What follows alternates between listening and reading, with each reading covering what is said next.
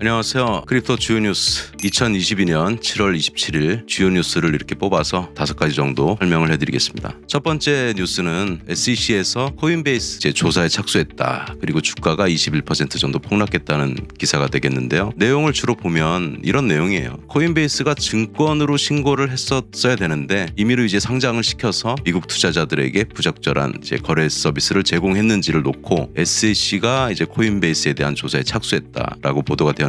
이거 지난주에 그 전직 프로덕트 매니저 이렇게 상장을 담당하는 책임자가 미리 정보를 유출해가지고 상장을 시켜서 수익을 모았다 이런 내용이 되겠고, 그렇게 또 상장된 종목 중에 7개 종목이 증권이라는 입장을 냈다는 거고요. 그 중에는 제 기억으로 파워레저도 포함이 돼 있던 걸로, 그리고 나머지 6개는 우리가 좀 잘 모르는 생소한 그런 이름의 암호화폐였다 이렇게 말씀드릴 수 있고, 게리 겟슬러 SEC 위원장이 상장한 종목을 봤을 때 증권거래소로 등록 인가를 받아야 한다고 말한 바가 이미 있었고요. 코인베이스에 대해서 SEC가 일종의 규제 기관으로서 길들이기에 들어간 게 아니냐. 근데 그 배경에는 이런 걸 보실 수 있어요. 핵심적인 것만 설명을 드리면, 최근에 코인베이스가 상장을 너무 많이 시켜가지고 200종이 넘는데, 예전에는 코인베이스가 어떤 거래소였냐면은 비트코인을 위시해서 리플이라든가 라이트코인 이런 좀 굵직한 이더리움 이런 암호화폐 위주로 50개 정도 운영을 하다가 어느 시점부터는 소위 우리가 말하는 개나 소나 다 상장을 시키는, 그리고 그 중에는 일부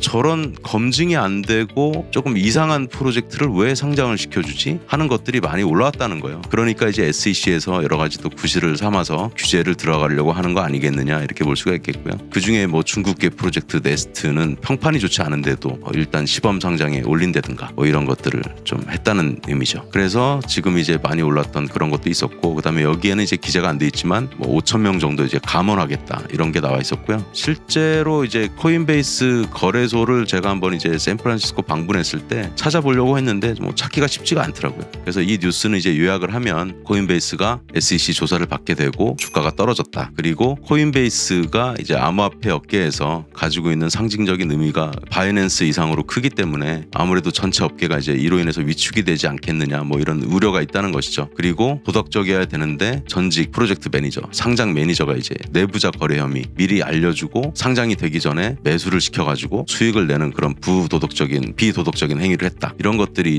비록 전직이긴 하지만 코인베이스 명성에 먹칠을 하는 일이 아닌가. 그리고 전체 업계 신뢰도에 안 좋은 영향을 주는 이런 것들이 될 수 있기 때문에 코인베이스가 정신 차리고 잘 운영을 했으면 좋겠습니다. 자, 두 번째 뉴스는 IMF에서 이런 이야기를 했어요. 가상자산이 폭락을 했는데 금융 안정성에 해치지 않았다. 안정성을 위협을 주지 않았다. 이 말은 무슨 말이냐면은, 가상자산이 올해 초에 좀 하락세를 많이 겪고 있는데 기존 금융 시스템에 이게 영향을 줬느냐 이런 보고서를 낸 게 있어요. 세계 경제 전망 업데이트, 비관적이고 더 불확실한이라는 보고서에서 가상자산은 급격한 매도세를 겪으면서 투자 손실을 일으켰다면서도 이 매도세가 더 광범위한 금융 시스템에 미치는 여파는 지금까지는 제한적이다 이렇게 표현을 했고요.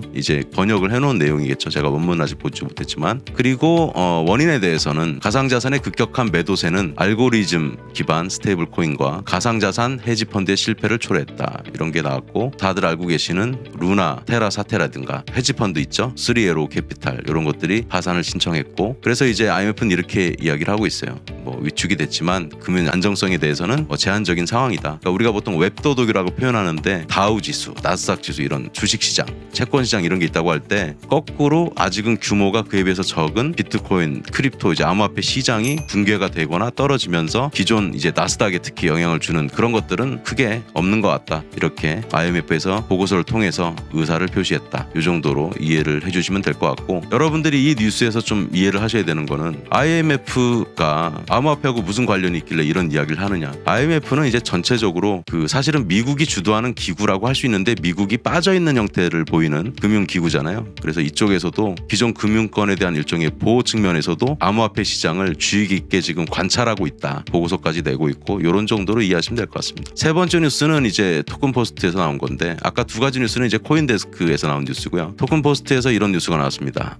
테라 사태, 검찰에서 권도영이 입국할 때 통보를 해라. 그리고 티몬 신현성 대표 출국 금지, 나가지 마 이렇게 한 거죠. 왜냐하면 이 두 사람이, 사실은 제가 이 사태가 터졌을 때 분석 영상을 올리고 싶었는데, 그때 워낙 피해를 보신 분도 많이 있고 그래서 좀 오히려 화가 나게 할 것 같아서 하지 않았어요. 그리고 신현성 씨 같은 경우 경우는 엊그제 그 YTN 보도에도 나왔지만 싱가포르에서 주식을 12주를 가지고 이 사람들이 싱가포르에서 법인을 만들었거든요. 그런데 한 주를 12,000원짜리 정도 되는데 한 주를 신영선 씨가 갖고 있고 나머지 뭐 11주인가 12주를 권도영 씨가 갖고 있고, 그러니까 자본금이 뭐 몇십만 원 안 되는 그런 페이퍼 컴퍼니를 만든 거예요. 이놈들은 진짜 나쁜 놈들이에요. 자, 신영성 씨가 그리고 또 차이 멤버십이라는 걸 만들어가지고 마치 그 루나 테라가 엄청나게 건실한 암호화폐인 것처럼 서포트를 했고 처음에 같이 이제 만드는데 기여를 했는데, 신영성 씨는 이렇게 얘기하고 있는 거죠. 나는 3년 전에 결별했다. 아무 상관없다. 참 그걸 말이라고 하는지 모르겠습니다. 더 이야기를 하고 싶지만 좀 참고, 하여튼 둘 다 이제 법적으로 조사 받으시고 다 하시게 될 걸로 예상이 되고요. 그리고 이제 금감원에서 최근에 이제 눈여겨보는 게 뭐냐면은 중국에 이제 거액 송금이 됐던 건이 있었단 말이에요. 근데 이것들이 중국 말고 또 다른 나라도 좀 있을 수 있겠지만 우리은행, 신한은행 2개 외에 하나은행도 있다는 얘기가 있고, 그런데 이게 이제 어떻게 불거졌냐면 가상자산 거래소로부터 이체된 자금이 무역법인으로 세탁이 돼서 해외로 송금되는 구조를 확인했다. 그래서 이거에 대해서는 여러 가지 설이 있어요. 특히 비트코인 그 차익 거래, 아비트리지, 거래소별로 약간의 김치 프리미엄이라고 하죠. 그런 것들 때문에 최근에 계속 보면 김치 프리미엄이 조금 더 있었으니까 송금이 해외에서 들어온 걸 가지고 예를 들어서 그 비트코인을 사서 한국에 보내가지고 한국에서는 김치 프리미엄이 만약에 5%다. 환율을 감안한 것까지 했다고 치고 가정하고, 그러면 팔 때 5% 수익이 나잖아요. 그럼 그걸 가지고 다시 모아서 중국으로 보내고 그런 짓들을 하지 않았겠느냐. 그런데 규모가 크고, 이건 이제 정부에서 봤을 땐 이걸 왜 이렇게 안 좋게 보냐면 외화가 국내에서 해외로 유출되는 거를 엄청나게 나쁜 범죄 행위로 봐요. 그래서 국부가 유출된 거기 때문에, 그리고 이 규모가 매우 크잖아요. 그래서 이거는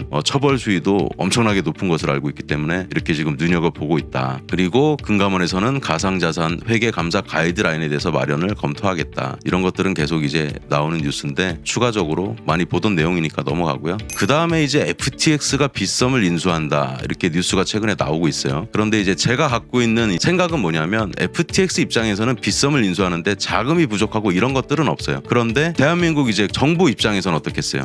FTX 해외 자본이 들어와서 거래소를 인수를 했는데 나중에 뭐 투자자들 관점에서 문제가 발생한다든가 이렇게 했을 때 금융위원회라든가 금융감독원은 책임이 없느냐, 이런 것들로부터 자유로울 수가 없기 때문에 이거를 그럼 만약에 심사를 해줘야 되냐, 허가를 해줘야 되냐 말아야 되냐 이슈가 있잖아요. 그런데 사실 지금 법적으로 명확한 그런 것들이 이 암호화폐 쪽에는 없기 때문에 어떻게 그 정부에서 대처를 할지 잘 모르겠고, 참고로 국내 시장 같은 경우는 바이낸스에서도 들어왔다가 규제가 명확하게 없고 하니까 사실 지금 철수한 상태로 지금 보도가 되고 있죠. 그런데 이제 FTX가 단순히 인수만 하고 한국 경영진들한테 맡기는 형태로 갈 것인지, 그리고 제가 좀 우려되는 거는 빗썸이 상장이 한 200여 개 정도 돼 있는데 FTX가 인수를 하게 된다면 많은 코인들이 조금 정리가 되는 그런 사태가 벌어질 수 있기 때문에 제가 이거에 대한 개인적인 생각은 있지만 여기서 다 말씀드리는 거는 조금 지금 시점은 아닌 것 같고, 빗썸에 있는 많은 코인들이 정리될 확률이 높다, 이 정도까지만 말씀드리겠습니다. 그리고 채굴업체에 대한 보도가 나왔는데 뭐 사기 혐의로 어쩌고 저쩌고, 뭐 요건 이제 이런 거죠. 자기가 채굴기를 그 위탁업체에 사서 맡겨가지고 채굴하는 형태가 아니고 2017년도 18년도에도 제가 아는 한 달이 건너서 인 분이 이런 것들을 한 걸로 제가 알고 있는데 다단계처럼 돈을 모으는 거예요. 그래서 많이 피해가 발생할 수 있기 때문에 절대 이런 거 하지 마시고, 그 다음에 채굴도 뭐 본인이 PC방을 운영한다든가 그런 분들이 아니면 좀 안 하시는 게 좋다, 권해드리고 싶지 않습니다. 그리고 9월 15일이 되면은 이더리움이 POW 그 작업 증명 방식에서 POS 지분 증명 방식으로 바뀌면은 이더리움 채굴을 못해요. 그럼 뭐 이더리움 클래식이나 다른 것들을 해야 되기 때문에 채굴하는 그 그래픽 카드나 이런 것들의 가격이 하락한다든지 영향을 큰 폭으로 줄 수 있기 때문에 지금 채굴을 신규로 시작한다에 대해서는 개인적으로 반대 의견 드리겠습니다. 그리고 네 번째는 이제 게리 겐슬러, 미국 SEC 증권거래위원장이죠. 이분이 이제 MIT 교수도 하셨고 블록체인 관련 강의도 많이 하셨는데 최근에는 약간 더 보수적으로 좀 스탠스가 바뀌고 있는 것 같아요. 비트코인만 상품이고 나머지 가상화폐는 증권이다, 이런 의견을 내셨는데, 이분이 그래도 블록체인 암호화폐에 대해서 상당히 우호적인 분이어서 그나마 저는 다행이라고 생각을 하고 있습니다. 그런데 이게 왜 문제가 되냐면 비트코인을 제외하고 나머지 알트코인들을 메이저 코인까지 증권으로 분류를 시키면 어떻게 되겠어요? 다우나 나스닥 증권거래소에 가서 거래가 돼야 될 수 있어요. 그러면 지금은 전 세계가 24시간 돌아가는 시장인데 완전히 이제 판이 바뀌는 거죠. 그래서 이거는 이분이 이렇게 의견은 표명하셨지만 지금 이미 이제 암호화폐 시장이 형성이 돼 있기 때문에 이거는 뭐 쉽진 않다, 이 정도로 이해하고 좀 넘어가시면 될 것 같고, 증권거래위원회가 미국에서도 이제 규제가 만들어지고 하면서 자꾸 이런 의견들을 내요. 그리고 이제 하위 테스트라는 게 있어요, 영어로. 그 아마 HOWIE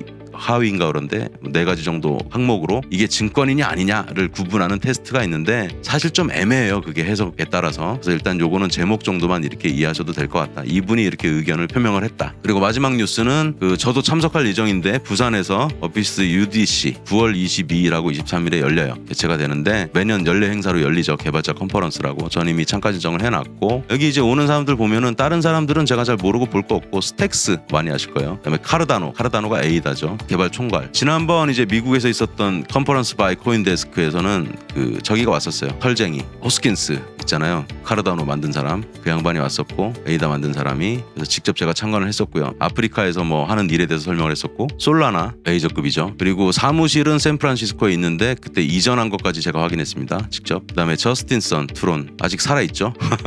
이쪽 업계에서는 뭐 약간 좀 연예인 같고 좀 악도군 같은 존재다 이렇게 볼 수 있고 최근에는 이제 트론 외에 다른 것들도 많이 하는 걸로 알고 있는데 요즘 좀 조용하죠. 그래서 이런 사람들이 온다. 그리고 추가적으로 스피커가 추가되면은 이렇게 홍보를 하겠죠. 그래서 나중에 이제 여기는 제가 참석해서 다녀오면 주요한 내용 위주로 정리해서 또 공유를 해드릴 예정으로 있습니다. 그리고 이런 식으로 해볼까 해요. 뭐냐면 이제 그날에 있었던 뉴스를 중요한 것만 한 5가지 정도 정리해드리고 그 뉴스에 좀 우리가 혼내와 닷대마에 그러니까 겉에 표시된 내용하고 속에 있는 그 중요한 내용 있죠. 그런 것들을 제 해석을 조금 넣어서 이렇게 설명을 드리면 투자하는 초보자 분들이나 아니면 기존에 투자하셨던 분들도 저 퀘스트라는 사람은 그런 생각을 또 의견을 갖고 있구나 그렇게 이해를 해주시면 좋을 것 같습니다. 오늘은 한 이 정도로 마치고 계속 진행을 해보면서 구독자분들 의견도 좀 청취하고 해서 보다 좋은 방향으로 발전시켜 나가도록 하겠습니다. 자, 오늘 2022년 7월 27일 여기까지 퀘스트였습니다. 감사합니다.